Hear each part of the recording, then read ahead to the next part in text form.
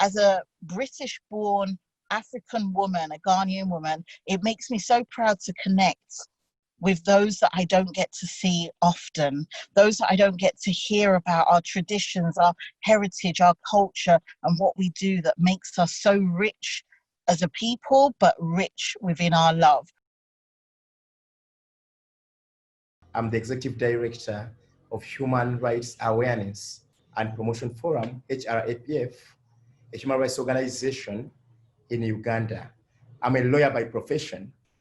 Human Rights Awareness and Promotion Forum works on protection of the rights of LGBTI people the past 12 years now, and the clinic serves hundreds of people every single year. I have the privilege to work for an organization called Access Chapter 2, which simply is mandated to advocate for the rights of LGBTI person, women and girls in all their diversity. And I also have the privilege to co-chair the Commonwealth Equality Network, which again advocates to challenge criminalization in 54 countries where it is a crime to be oneself, to be gay, to be trans, to be lesbian. I'm a legal practitioner, a private legal practitioner based in Nigeria, Abuja. I have a number of cases questioning the SSNP in Nigeria. I have a number of cases going on in court since 2014. I'm an activist, I'm a filmmaker.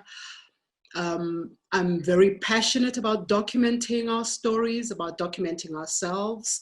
I'm also embarking on a PhD, and that's going to be a whole brand new journey. Yay! That I'm very excited to get into, but I'm currently working on an incredible film that is documenting the lesbian involvement and the lesbian visibility campaign at the Beijing conference 25 years ago, which is not very spoken about, which is quite a bit of a shock in the research when you realize that not very many people know what happened in Beijing. All they know is that there was a major speech. Nothing else. And even on the internet, you don't find much documentation of lesbian visibility at the United Nations, particularly in these major forums. I'm absolutely thrilled and delighted to be with you and my fellow panelists. I'm a judge in South Africa. Nelson Mandela appointed me in 1994 after, together with Beverley and Simon and Cordy and other activists, we managed to secure sexual orientation as a world first in our constitution. And I stepped down from my judicial role last year after 25 years service. And my job now is inspecting judge of prisons. But most importantly, I'm a queer African, proudly queer and very proudly African. Wonderful. We can tell you're a judge because that was so succinct and said just in. There's something about pride and the pride season in which we find ourselves in. I want to ask you more of a personal question. What was your first pride and what were the feelings and the emotions that you felt?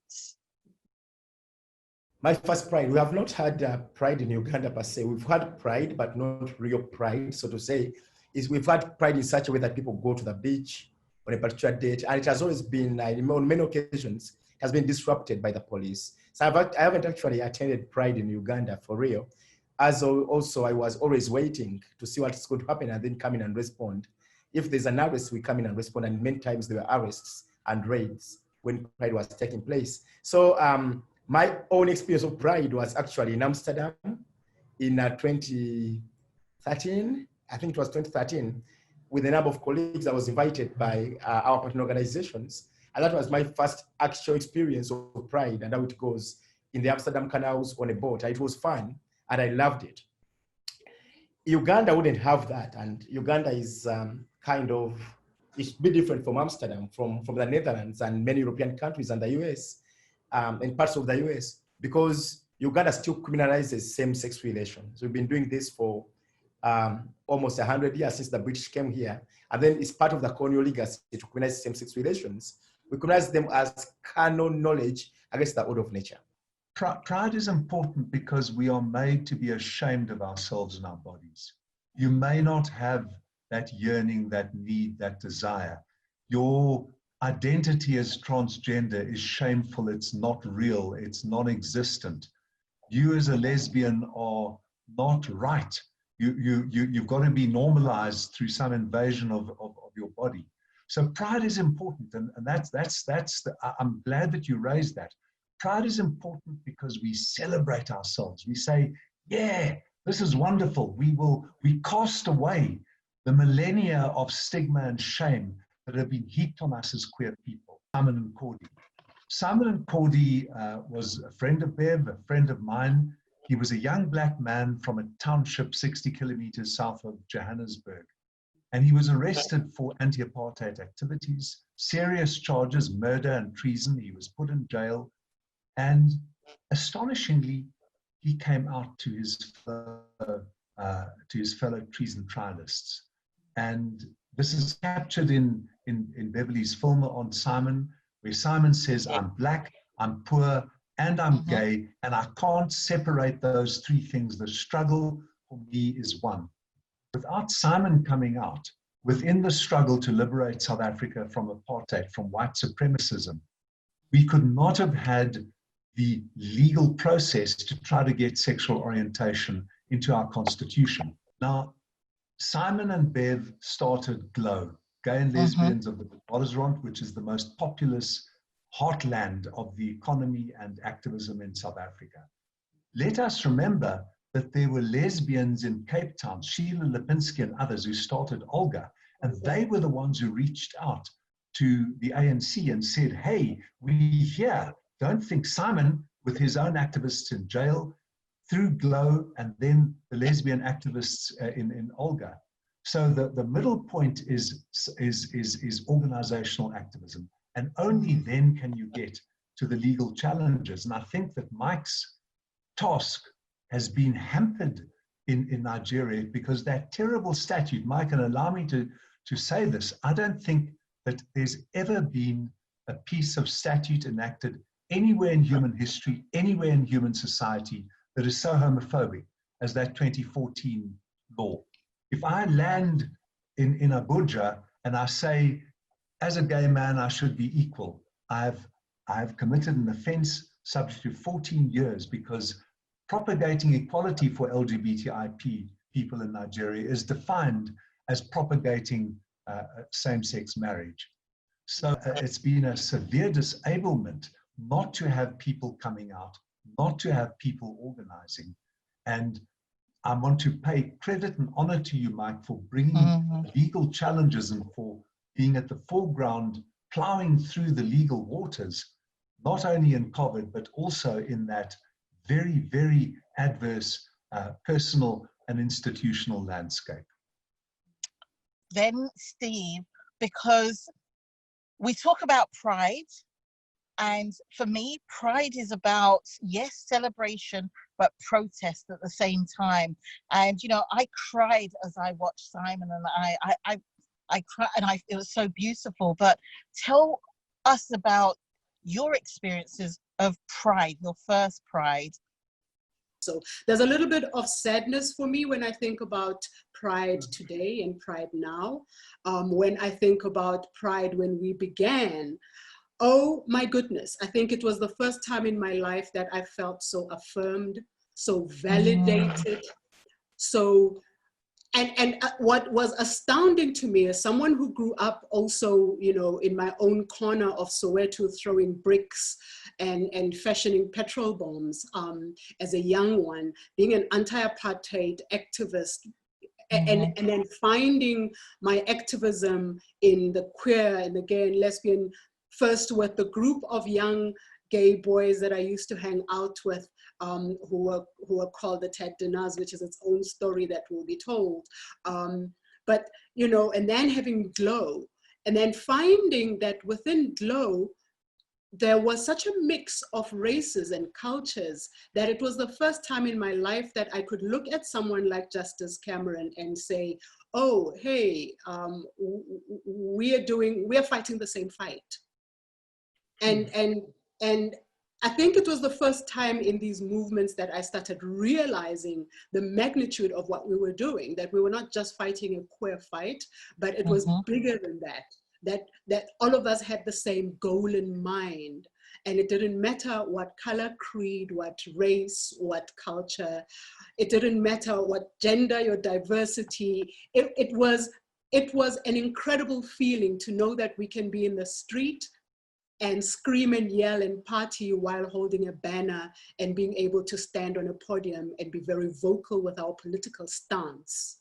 And it is incredible that 30 years later, we in South Africa are not necessarily as united as we could be in our celebration of Pride, just simply because of how it's been divided from being just, you know, the combination, which I know the whole world, we've always been able to have a combination of pride and protest, a celebration and protest, which is what this has always been about, to now only having just frivolous celebration that does not, I can't get Kakuma camp out of my mind. I'm sorry to dampen. It's just every time I think about the celebration, every time I keep thinking celebration, I think Victor Mukasa posted a video where they were in a room and they were crying and people were saying, help us. And I dropped myself into that room in that moment and thought, oh my God, what, we need to do something. You know, these are our own people. And it starts, the cancer, I just kept saying also within my own family, the cancer starts in a space. It's not just in Kenya, it's not just in Uganda, it's not just in Nigeria, but in a small little room in a corner of the world right now, people like me and you and you and you and you are being terrorized. We need to come up with a strategy, Phyll. Mike, Edwin, we need to come up with a strategy, Steve, because the fact that we are not pointing and saying, world, look, I think we're also approaching things from a point of view of being a minority and being a few. It's almost as though we are approaching this from a place of being disadvantaged. We forget that there are so many more of us now. And we forget that there's so many more allies. We have so many more allies worldwide. There are so many more of us. We affect economies now. We affect governments now. We affect systems now. And yet we are not using the power of our unity worldwide. We are approaching this as though we are divided, that we are in all these different places, and therefore we feel powerless. We are not. We can point at Kakuma camp right now, worldwide, at one time, as Pride Afrique, and say, if we don't start doing something about this cancer continues to grow because there is a belief that we cannot fight. Countries have to look into many issues, including political, social, economic issues. Without a properly functioning democracy, your protection of LGBT rights is completely worthless. So that means that LGBT activists have to also be activists for democracy, have to be activists for rule of law and good governance. They have to be activists for economic empowerment of everyone.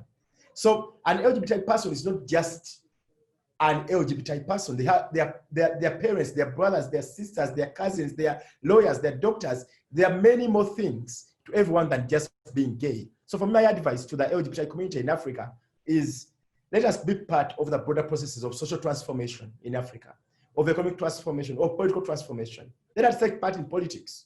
Let us engage. Let us fight for other people. When someone is being shot dead for their political views, an LGBT person shouldn't just look on and say, I'm not gay.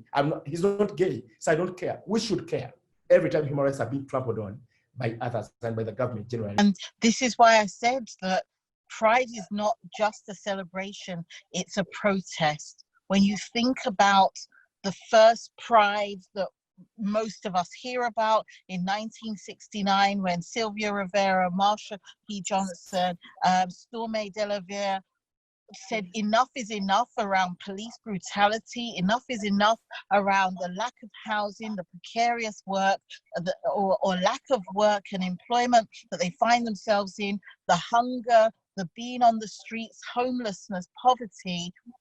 That's why Pride was a protest. And if you want to use the word riot, so maybe the points what you wish to make to Pride Afrique and everyone listening is that enough is enough, because whilst we are celebrating Pride, we also need to protest about, as Steve rightfully pointed out, those inequalities, the injustices that still happen around our continent.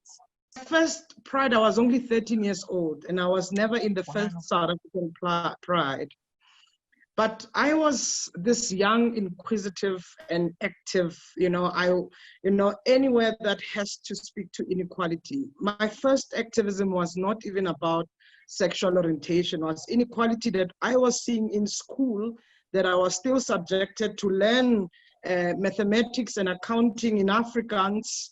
I was still subjected, to wear a particular school uniform code, which I just didn't get. So it had to do with my own gender, with inequality of being Black in a township, and I always have been looking forward to Pride and being there. And there, I landed up with, like you, Bev, with gay boys in my township. They said, we're going to Pride. I did not even ask what was Pride. I said, I'm coming. And I landed in a space where I found myself with too many of me. People I could relate and talk in same language and be free and not worry about whether I could be stepped, I could be questioned of, my own being, masculinity and so forth. I didn't. And that was Pride for me. I had an affirmation in a space. I had an affirmation in a space where I could not fear being me. And that was Pride for me when I was 13. And what Pride means, despite what currently is happening here, I mean, I don't necessarily go to Pride events now because I still interrogate what do they look like, what do they mean. But what Pride means, it means existence, it means visibility, it means solidarity and claiming the space. And without that, we cannot affirm each other, right?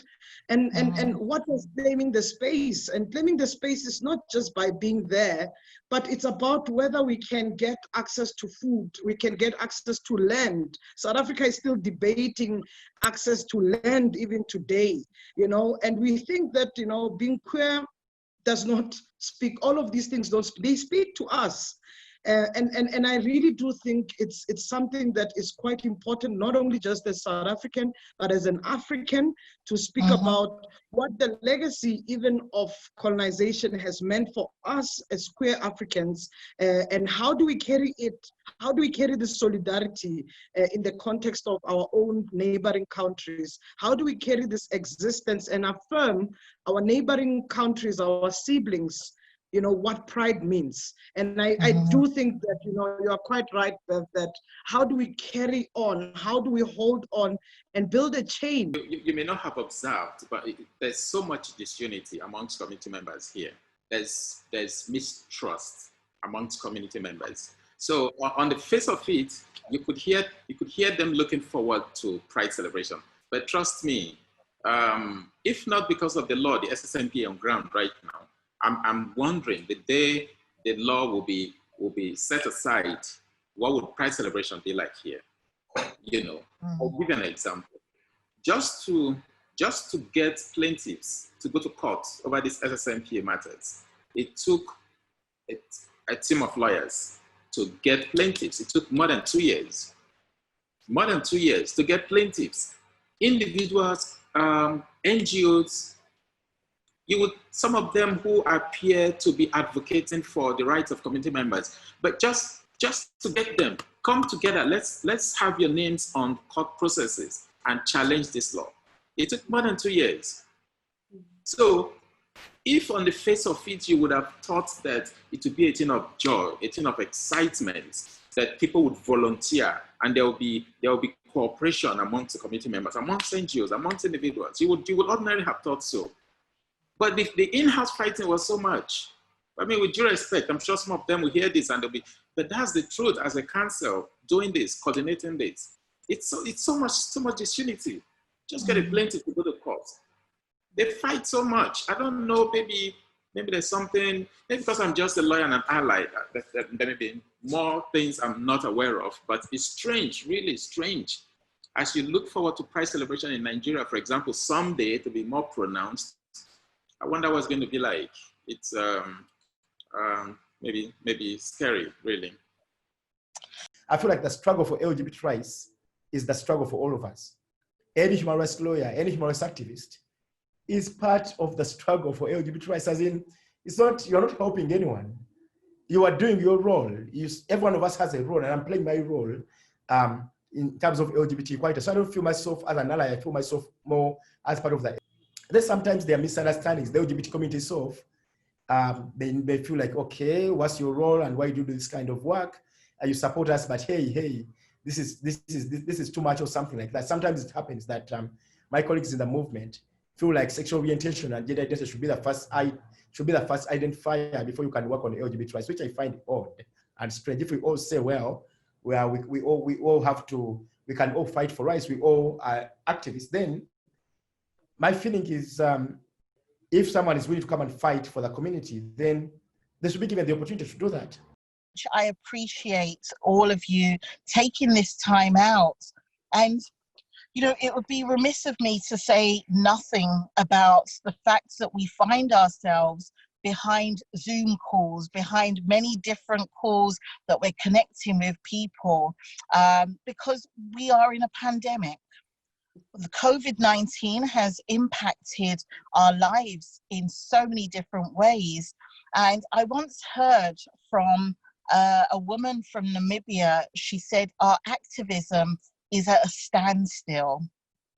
Now, I would like to know from all of you how you continue to advocate for the changes. I'll go. I think more than anything, I keep hearing the words and I keep saying with my friends and my family, we have what is called Ubuntu.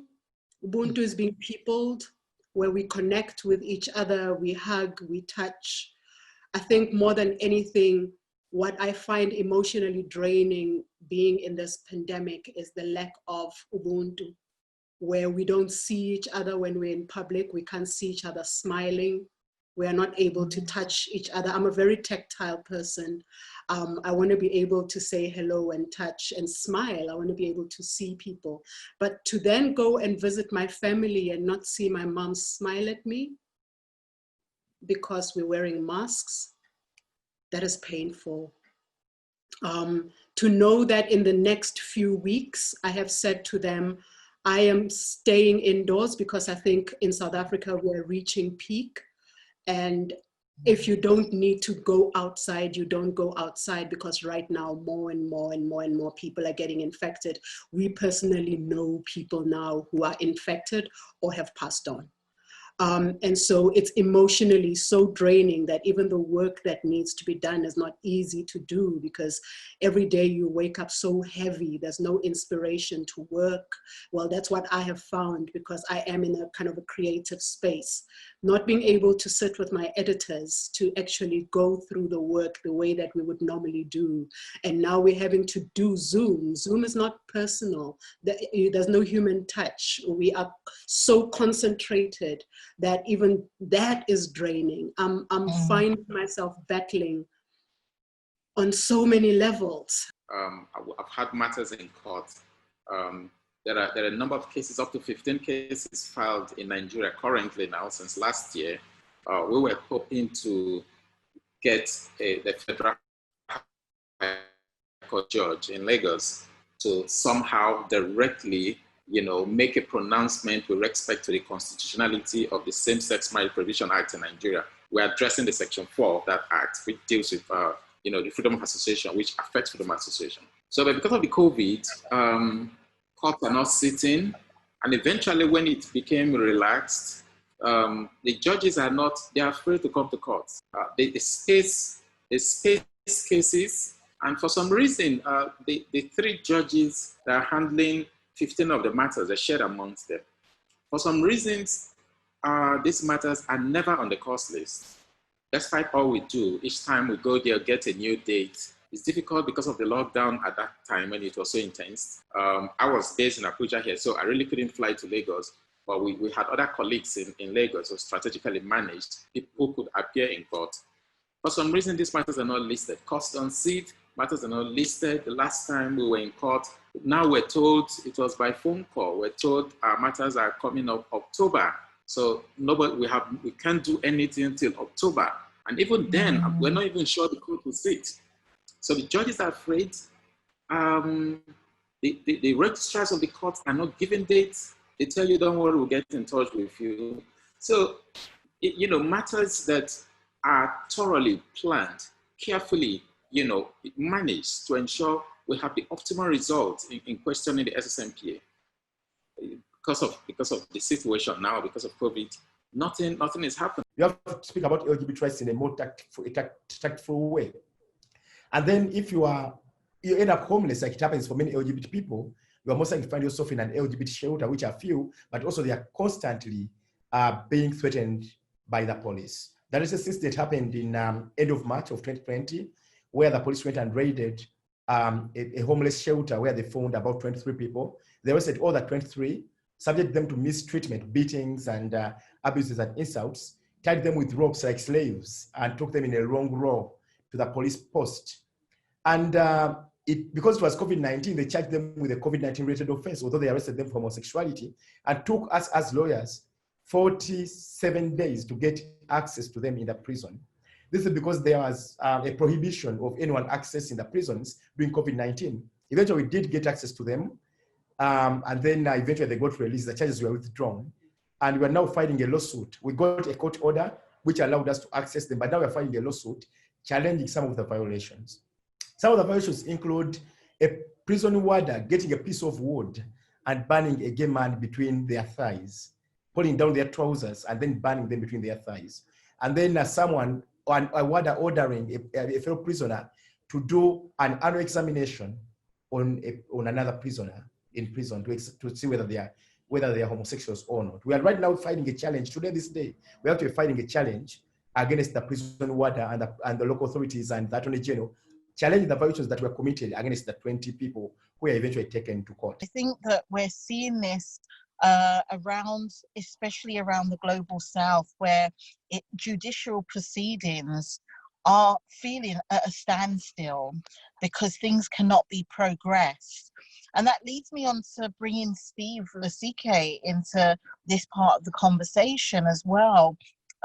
Steve, the same question applies to you, but it would be good to hear about some of the research that may have been conducted that is telling the story and the story of lives which are impacted by this from civil society perspective. It's the outbreak and the pronouncement by the president of South Africa of lockdown regulation. Immediately we conducted research trying to assess perception, knowledge, an understanding of what COVID means for the LGBTI community. And it's quite fascinating that, there was quite enough understanding of what COVID means, of course. However, in terms of practically, in terms of behavior and social impact, this is the issues that we've picked up around fear for job loss, fear for being locked up with families that are homophobic, transphobic, and biphobic, and actually that perception became a reality as we have been in the lockdown now for over 100 days. It's over 100 days now. We're about 110 days since lockdown in South Africa. And since then, we've seen quite a strain in the LGBTI community. We've seen quite a lot of people going hungry, social distancing, which we know very much because it has been a lived reality for many of the LGBTI person. So as much as we should be calling it physical distancing than social, but LGBTI person understands social distancing because we have been socially distanced because of dynamics of homophobia and transphobia in society. But what we've seen, it's also that generally South Africa has been struggling with issues of violence, gender-based violence. and femicide, hate crimes. But we've also seen an increase of intimate partner violence, even amongst our own community members. Tensions that are brewed by economic situation that really brewed within the community of ours. But also that, what social distancing also resulted in rejections of home. During COVID lockdown, we've launched a campaign called Inqeba Lam speaks about the wound, and of course, it comes with the idea that, globally, there's a whole call of banning conversion therapy, which is, of course, around reparative therapy.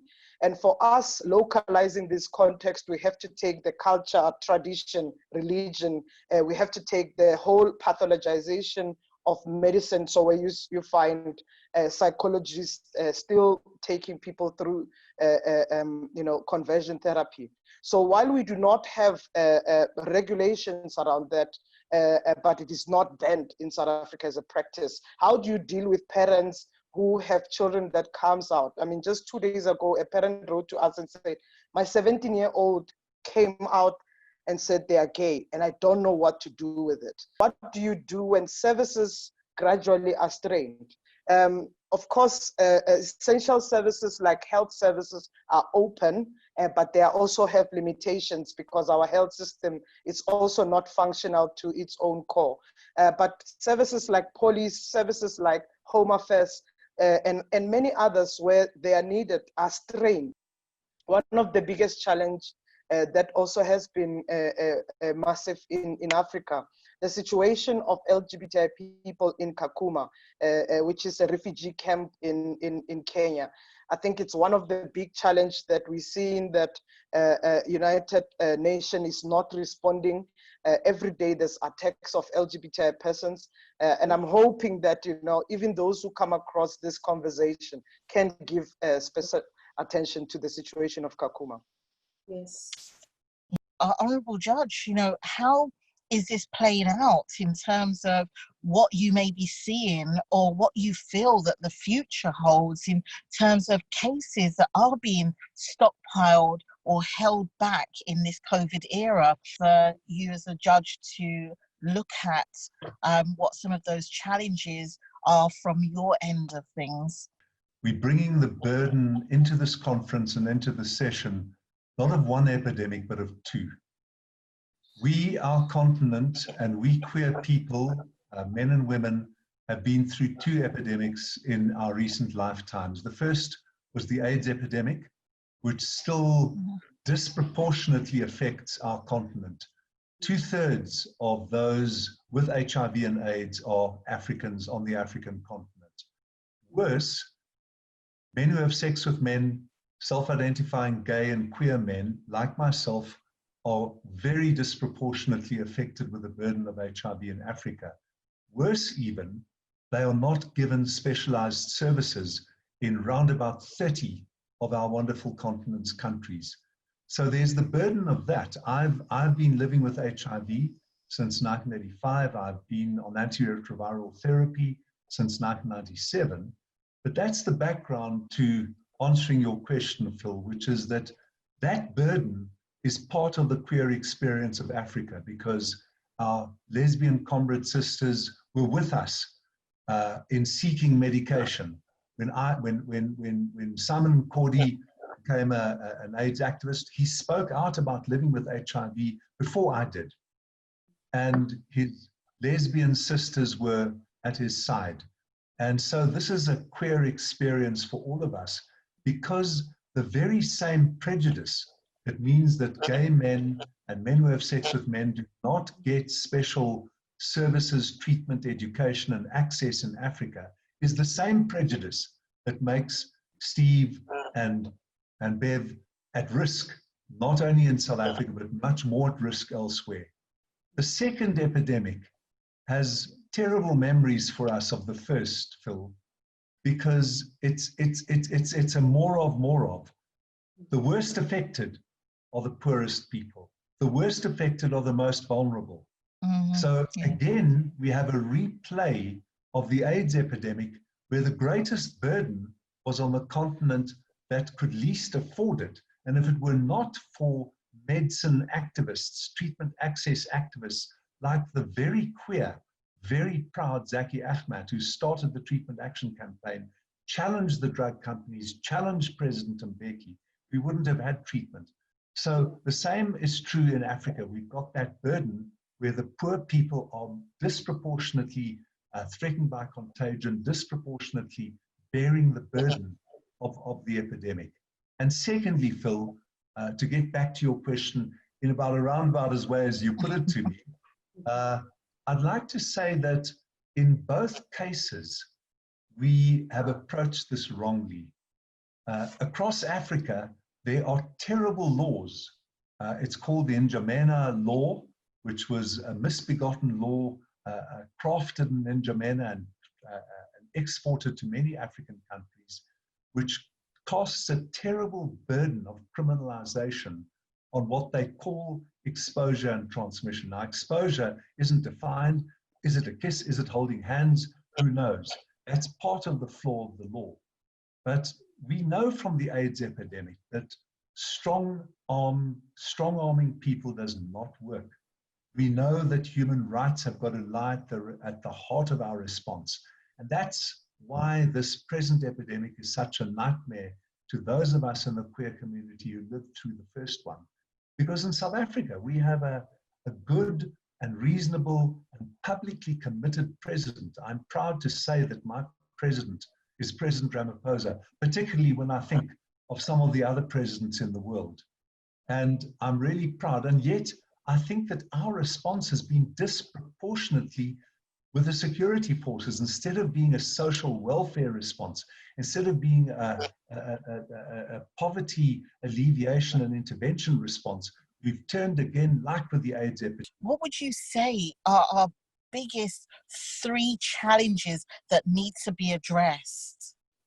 To the doctor not too long ago for I've got my own issues, and I kept saying I hope to God that I never get to a point where I actually have to be hospitalized, because right now there are many people that I know who have passed on because they were turned away from the hospital because they are not COVID positive. And so it's almost like the system is itself, it's like the snake eating its own head. I mean, for me, it's like we don't even know what we're doing anymore, because even people who could be helped with a little bit of attention are not being helped because of COVID, even at a time when the hospitals were not full. That just so many of those crazy things that are happening, but the system itself has always been broken. It has not really ever been fixed. And because we are not approaching, as Justice Edwin said, there's no Ubuntu. Nothing is approached from a point of view of being peopled, which I think for me, like has some socialism in it, because we are driven by capital and capitalism rather than being driven by, there's no top 3. The entire system is against us. Whether you are an African living abroad, systems were never really built for us. They were built around us. So there will be issues around socioeconomic, there will be issues around health, there will be issues around housing, sanitation, so many different things. So I have captured the system. The system is broken and not adequate, but I do take on board that there will be no top 3, which might have been not silly in hindsight, but I always try to get to this theory of change when maybe my mind is colonized in a way that it has to be a theory of change when actually it needs to be dismantled. Yeah. So Steve, Letsike. We need to consider the legacy of, colonization in the context of how inequalities exist now that Bev is speaking about. Despite independence of our own countries, of some of the countries that have gained independence more than 20, 25 years ago, there's still a system of inequality.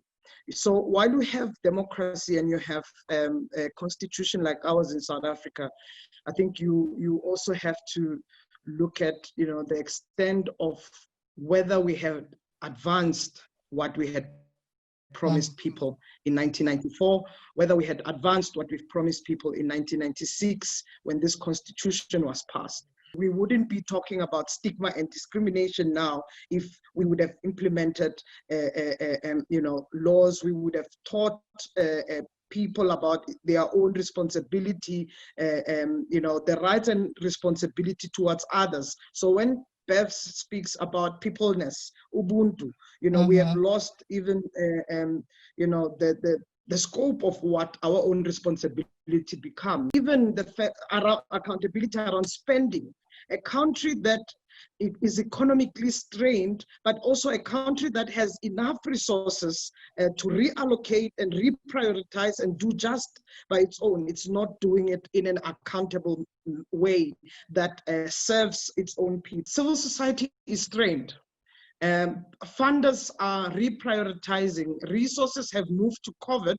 And actually, I'm not even sure when we hear resources moving to COVID, what exactly are they spending? Because we still have shortages of PPEs, protective gears. We still have shortages of medicine. Just here in South Africa, what Judge was speaking about around the epidemic we're dealing with HIV, 11,000 people in Gauteng did not get their ARV treatment. You look at our neighboring province, Northwest. You look at our neighboring country, Botswana, Zimbabwe. So where is this money going if it is not spent for its own? See policies being dished out from World Health Organization, for example, and the various local centers for disease control are supposed to just copy and paste in Africa without considering the unique peculiar circumstances, confronting Africa itself, and then other individuals.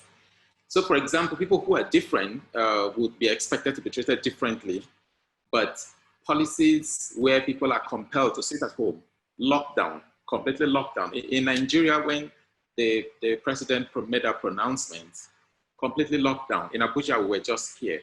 Now, there are people, including members of the community, who do daily jobs. They get paid daily, right? I understand in the US and some other advanced democracies, budgets were passed, even if it means doing it overnight. Funds were provided to make fund available to entrepreneurs so that employees will not lose their jobs. But here, people are shut down, forced to stay at home. Courts shut down. Registrars forced to stay at home. No additional provisions. So lawyers who have suits to file couldn't file. Now, the challenge some of us are facing here is there are matters in court that are time bound. So soon issues of matter statute bar will be raised. So cases that are time bound and everyone is forced to stay at home, not do anything about them. Laws are not amended. No new laws are passed. They're just basic regulations, just pronounced and made by executive bodies in this country. So how do we, because one is compelled to just copy and paste without modification, it's challenging. Bev said this is about structures and systems, and those structures and systems which certainly oppress us and oppress the people we set out to serve. I wrote a chapter in one of the books that I co-edited about the African Commission and the work, the African Commission and LGBT rights. And I feel that whereas we've made progress at the international level, that's at the UN level, at the number of resources that have been passed at the Human Rights Council, UN Human Rights Council, there's some progress being made there, and also the independent expert on SOGI are being appointed and their mandate renewed. At the African Commission level, we have a resolution on violence, and that's important. Violence based on sexual orientation and gender identity. That was a landmark for the African Commission. Of course, we have no communication yet on regarding LGBT people, LGBT rights at the African Commission, and also that issue, the thorny issue of the observer status of the culture of African lesbians still remain, and also how much independent the African Commission can be as regards LGBT rights, as regards human rights, if it's going to be ordered around by the Executive Committee of the EU every single time they make a decision that the EU Executive Committee is not happy about. That makes the independence of the Commission rather in question. So the African Commission, I think, can do better. It occupies a place in Africa where it can command states to command, kind of, but make states to adhere to human rights standards. And I think that's an opportunity. But we also have the African Court. And no cases have gone to African Court yet. But a case has been taken by ourselves, Human Rights Awareness and Promotion Forum, to the African Court, to the East African Court of Justice. We were telling that Homosexuality Act at the time, and the court ruled that because the act had been nullified in Uganda, our case was moved. But at least we made the point that for LGBT people, for LGBT rights, if a state violates LGBT rights in country, we can actually use jurisdictions outside East Africa to challenge them. The same thing happened when we took a case to the United States of America, challenging an American evangelical's action of coming to Africa, to Uganda, and promoting LGBT rights. So of course, the court did not grant our request because in their argument, there wasn't enough done by the US citizen on the US ground, on US soil, to basically bring about the jurisdiction under their Alien Tort Statute. We're not yet at the pinnacle in Africa. We are not yet, we've not progressed as much as other countries have. Although it's also wrong for other countries to think in a derogatory way, to think that Africa is backward, and that's why we do not decriminalize homosexuality. That's why we do not, that's why there are still cases of violence and isolated incidents of arrests, where there are still arrests of LGBT people in Uganda and other places in Africa. I have a feeling that other countries have to respect Africa a little bit more than that. It's not just about backwardness or not.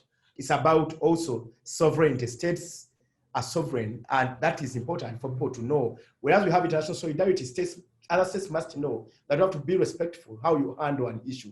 So when a state becomes too polarizing on an issue, it makes other countries to kind of be defensive, and that may also contribute. But we still have African countries insisting on continuing to criminalize LGBT rights. But countries like Gabon have shown us that we can actually decriminalize homosexuality through the parliamentary process, not even through court. Angola has done it. Mozambique has done it. Well, Angola has done it. So I think these are signs that progress is being made and signs that Africa will eventually get somewhere. Botswana has done it through court action. Kenya did it through, no, not Kenya, South Africa did it through court action. Kenya failed to do it. We need to even improve our economic conditions before we start making certain demands. So Africans are generally poor, and that also matters in terms of respect of rights. Rights and poverty, they don't mix that well. So we also have to improve the economic conditions of Africa, and then LGBT rights will fall in line, but advocacy has to continue. How are you going to continue to apply self-care and find ways of succession planning so that the next generation that comes after you can continue this work with less of a struggle in which we lead right now? I remember a time in the middle of the 90s where I did an interview and someone said, "What are you doing this for?" And I remember saying, I am doing this so that in 20 years' time, young people who are coming up will not be going through the things that I and many of us are going through right now. Mm-hmm. And the pain is that young people are going through what we went through then. There's a little bit more access. There's a little bit more, tiny little bit more of an acceptance. There's a little bit more of a visibility when we see our TV screens. And one of the things that has been the last 20 years of my life has been to make sure that not only are we visible on screen in South African television and on film, but also that we are beautifully there.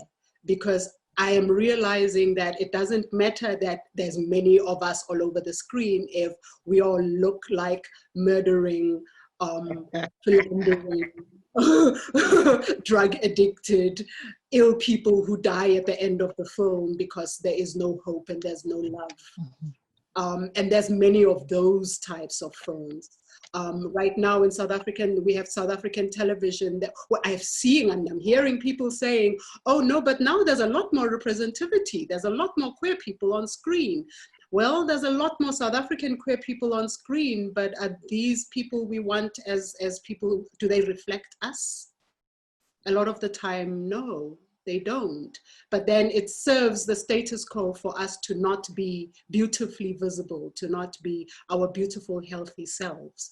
And And so in answer to that question, my passion and really where I am is, one, being able to recognize when my body says stop. And I think, Steve, there's one or two times where I've said to you, if you don't, I really think that by not documenting ourselves, we continue to be invisible.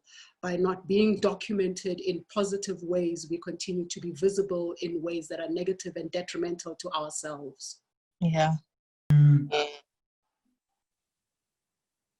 Inject a bit of hope and affirmation, because I want to share the news that while I was sneaking on my mobile to the side, former President Kgalema Motlanthe of South Africa sent the most wonderful affirmation of Pride Afrique. We already obtained an affirmation from former President, His Excellency Festus Mogae of Botswana. We're hoping to provide former. This is unheard of. The Africa Commission in 2014 passed a resolution decrying violence against queers. Yes. And, you know, Mike, I didn't know about your work as an ally, but I want to bow down in honor before the fact that there is a case before a court in Nigeria to challenge the provisions of the most homophobic statute ever adopted anywhere in human society and human history. And that's not an overstatement. I think it's a sober legal assessment. I want to celebrate the fact that there are queer and transgender people coming out all over Africa. And that is what keeps me awake. Thank you. For me, I have not tried any of the safeguards. I remember as early as 2014, some of the meetings I attended, and I heard how activists were strategizing on how not to get into trouble in this country. You know, Nigeria is notorious when it comes to, with due respect, violation of human rights. The law enforcement agencies with impunity, they violate human rights. That's just a piece of cake to them. They do these things and get away with it. And that informed a case I filed in 2014. Ifeanyi Jjuuko, we questioned an arrest, and he got judgment in his favor. But I have never considered safety on my part. Maybe I'm not as normal as some other activists. I don't sit down and strategize how not to get into trouble. Maybe I seek out trouble and I really don't get trouble. I don't get into trouble. Yeah, so I do my normal life. My law firm is known to everybody. Processes I filed in court contain my genuine addresses. I go out anytime. I got rejection from family members in 2014, filing a case questioning SSMPA in 2014. I got rejection, but it's fine. I mean, it only encourages one, makes you feel what you're doing, what you're convinced about, you should continue to do it. I don't take rejection as an intimidation to make me back out from what I do. If I'm convinced about what I do, if a rejection is telling me proceed. If I'm not rejected, then maybe I'll give it second thought on what I do. But as soon as I get rejection, it encourages me to go on. So I have been passionate about my job. I do it openly. I meet on open places. I grant interviews, and I'm safe. So maybe, yeah, thank God. I would say thank God for that. Of course, this work comes at a cost. I've been doing it for now close to 14 years. And sometimes it takes its toll. One of my worst days is when I came in here and this office had been broken into. My drawer was ransacked and our guard murdered. Those are things that never leave you. And the question is always, why? Why did this happen to me? What did I do wrong? Is my work so bad that people will reach the extent of killing someone to come and break in? Many people who were friends to me before now feel like, hey, that's a person who works on LGBT rights, so it's not even worth. And even some lawyers think that we are less of lawyers working on LGBT rights, which is interesting. They feel like, oh no, you are not lawyer enough. How can you work on LGBT rights? And many of them you see them trying to give you way, to keep their distance away from you, which is bad, which is sad, as people leaving you because you're protecting a group that's marginalized. That's interesting and sad at the same time. My family bears the brunt of the work, but we keep on going. they're supportive, and that's a good thing. You just keep on doing what you're doing. Of course, sometimes that it becomes dangerous. Sometimes you have to hide. Sometimes you have to make your house feel like a bunker. But you go on living. It's the work you chose out, and I guess every work comes with all those challenges. I have a family that supports me, and that both my partner and my daughter push. There are times where like, no, you're going nowhere. So I do have a support structure that tries to balance, even if I am resilient at time. No, I have to do this. So I must indicate that. I think in terms of something that I am also taking pride in, within the organization, we have about 25 staff members at AC2, as young as we are, 25 staff members, who are all below the age of 35, which is quite amazing to have young people. But, just about 2 weeks ago, we have managed to develop a well-being staff package. In this way that, the staff will be able to take care of their own well-being and what it means.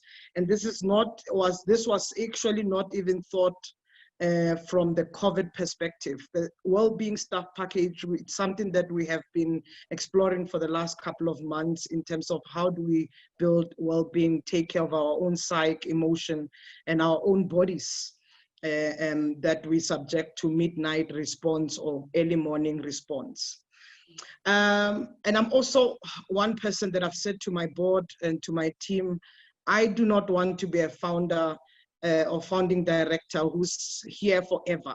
No, I've already put in a timeline for how long am I going to be in Access Chapter 2, and I will exit so that the very same young people would be able to take over. So already I have quite a lot of young people that are mentoring who do fantastic work, and those who do not belong even, who are not part of the organization, who are independently doing activism in parts of the country, but also. We have a new crop of young activists coming up. When I started this work 12 or 14 years ago, not many people were actually involved in fighting in the struggle for LGBT equality in Uganda or even in Africa. Now, over the years, there are many young, upcoming, energetic activists coming up, and every day they're demanding change. And change is happening slowly by slowly. We are getting there. We are getting where we may want to go. So for me, if I look at prospects, the prospects are brighter. We can only go forward, not backward. So people shouldn't be discouraged from fighting on, from bringing cases, from staging protests, from demanding for their rights. Countries are showing us that progress can actually be made. So Africa is fine. We shall be fine. It's just a matter of time. Young LGBT people in Africa can be whatever they want to be. They can become anyone they want to be. They can be empowered to do what they want to do, be whom they want to be. They shouldn't be discouraged by the homophobia that's currently happening in Africa. There's much more that we can look back at with pride as Africans. There's much more that young LGBT people can look up to and say, well, this is it. I can take my place in this kind of Africa, being myself. I think that can happen. That's the future we are all headed to.